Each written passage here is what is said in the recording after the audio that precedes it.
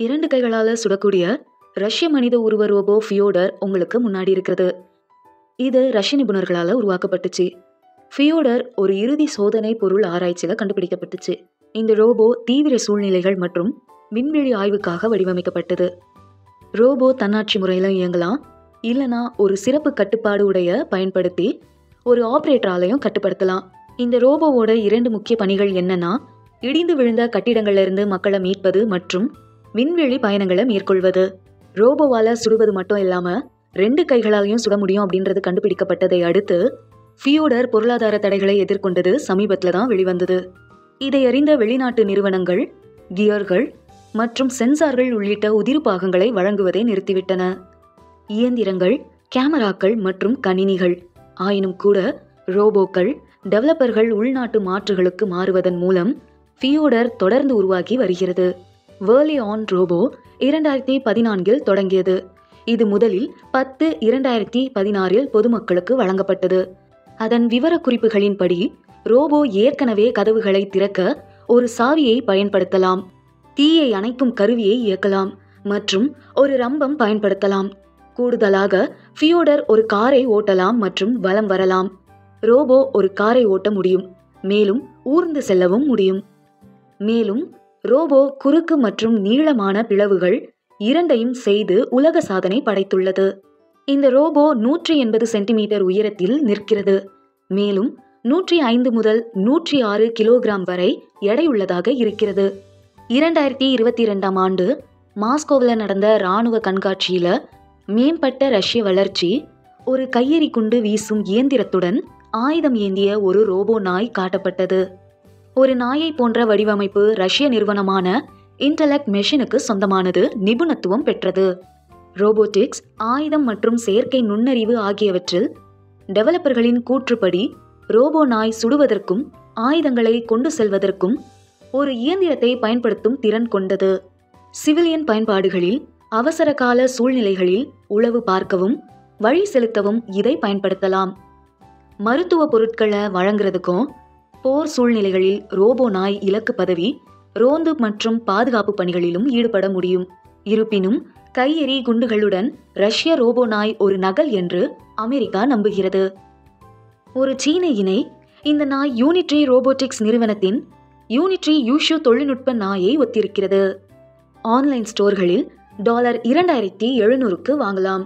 M81 தீயிலிருந்து பாதுகாக்க துணியால் மூடப்பட்டிருக்கும். ஒரு வெளியீட்டில் உள்ள கூற்று ரோபோ ரஷ்ய உற்பத்தியாளரால் உருவாக்கப்படவில்லை என்பது முற்றிலும் தெளிவாக தெரிகிறது. இந்த ரஷ்ய வளர்ச்சி பற்றிய கருத்துகளில் உங்கள் எண்ணங்களை பகிர்ந்து கொள்ளுங்கள். அடுத்த 10 ஆண்டுகளுக்குள் அவதார் ரோபோவை உருவாக்க ரஷ்யா திட்டமிட்டுள்ளது. போர்க்களத்தில் வீரர்களை மாற்றும் திறம் கொண்டது. ரோபோவை மானுடவியல் அல்லது மானுடவியல் அல்லாத வடிவத்தில் வடிவமைக்க முடியும். இது மனிதனை ஒத்தாகவோ அல்லது கணிசமாகவோ வேறுபடுகிறது. பிந்தைய வழக்கில் ஆபரேட்டர் உணர்வார் சாதாரணமாக ஒரு கால் கம்பளிப்பூச்சி பாதையாக செயல்படுகிறது. டெவலப்பர்களின் கூற்றுப்படி ரோபோ மனிதர்களுடன் ஒப்பிடக்கூடிய செயல்பாட்டு திறன்களை கொண்டிருக்க வேண்டும். மனித உள்கட்டமைப்பிற்குள் திறம்பட தொடர்பு கொள்வது, கடினமான நிலப்பரப்பை கடந்து செல்வது, முதலுதவி அளிப்பது மற்றும் வாகனத்தை இயக்குவது போன்ற ஒரு இயந்திரத்தை உருவாக்குவதே குறிக்கோள். 2015ஆம் ஆண்டில் துப்பாக்கிச்சூடு மற்றும் வாகனங்களை ஓட்டும் திறன் கொண்ட மனித உருவ ரோபோவின் முதல் வளர்ச்சி அறிமுகப்படுத்தப்பட்டது. ஒரு கையாளுதல் கை அருகிலுள்ள ஒரு ஆபரேட்டரால் கட்டுப்படுத்தப்படுகிறது. துப்பாக்கிச்சூடுக்கு பயன்படுத்தப்படுகிறது. அத்தகைய அவதார் ரோபோக்கள் நேரலையில் வீரர்கள் மாற்றும். எவ்வாறாயினும் அமெரிக்கா போன்ற பிற நாடுகள் ரஷ்யாவை விட உலகளவில் இத்தகைய அற்புதமான தொழில்நுட்பங்களை செயல்படுத்த முடியும். உலகின் மிகவும் சக்தி வாய்ந்த தரை அடிப்படையிலான ட்ரோன்களில் ஒன்று யூரான் 9 ஆகும். ஃபயர் பவர் பொறுத்தவரை ஆளில்லா போர் வாகனம் யூரான் 9 உலகளவில் முதல் இடத்தை பிடித்துள்ளது. ரஷ்ய இராணுவ ரோபோ பார்வைக்கு ஒரு வாகனத்தை எதிர்த்து போராடும் காலாட்படையை ஒத்திருக்கிறது. தோராயமாக 4.5 மீட்டர் நீளம் மற்றும் 2 மீட்டர் அகலம் கொண்டது. மொத்த போர் எடை 10 டன்களை எட்டும். ரோபோவில் 30 மில்லிமீட்டர் தானியங்கி பீரங்கி 2A72 பொருத்தப்பட்டுள்ளது. 7.2 மில்லிமீட்டர் இயந்திர துப்பாக்கியுடன் இணைக்கப்பட்டுள்ளது. 49M120 அட்டாகா எதிர்ப்பு தொட்டி எதிர்ப்பு ஏவுகணைகள் கொண்ட ஏவுகணைகள் கோபுரத்தின் இருபுறமும் நிறுவப்பட்டுள்ளன. தேவைப்பட்டால் இவற்றை IGLA விமான எதிர்ப்பு ஏவுகணைகள் மூலம் மாற்றலாம். இது வான் பாதுகாப்பு திறன்களை வழங்குகிறது. 6 எதிர்வினை ஃப்ளமே த்ரோவர் ஷ்மேலா கோபுரத்தின் பின்புறத்தில் நிலைநிறுத்தப்பட்டுள்ளது. தற்போது மேற்கில் ஆளில்லா போர் வாகனம் எதுவும் யூரான் 9 தியா ஃபயர் பவரை பொருத்த முடியாது. முக்கியமாக இந்த போர் ரோபோ ஏற்கனவே சிரியாவில் உண்மையான போர் நிறுவனங்களில் பங்கேற்றுள்ளது. டெவலப்பர்களின் கூற்றுப்படி ITA அதன் செயல்திறனை வெளிப்படுத்தியது. சிறிய மோதலில் யூரான் 9 விண்ணப்பத்தின் விவரங்கள் தெரியவில்லை. ஆனால் இயந்திரம் ஒரு போர் சூழலில் சோதனை அத்தகைய தொழில்நுட்பத்தில் உள்ளார்ந்த பல சிக்கல்களை வெளிப்படுத்தியது. அமெரிக்கா, ஐக்கிய ராச்சியம், பிரான்ஸ் மற்றும் பிற நாடுகள் போர்க்களத்தில் மனித உயிரிழப்புகளை குறைக்க போர் ரோபோக்களை தீவிரமாக உருவாக்கி வரும் நிலையில் ரஷ்யா எதிர்கொண்டது சில தொழில்நுட்பம் இந்த துறையில் பின்னடைவு.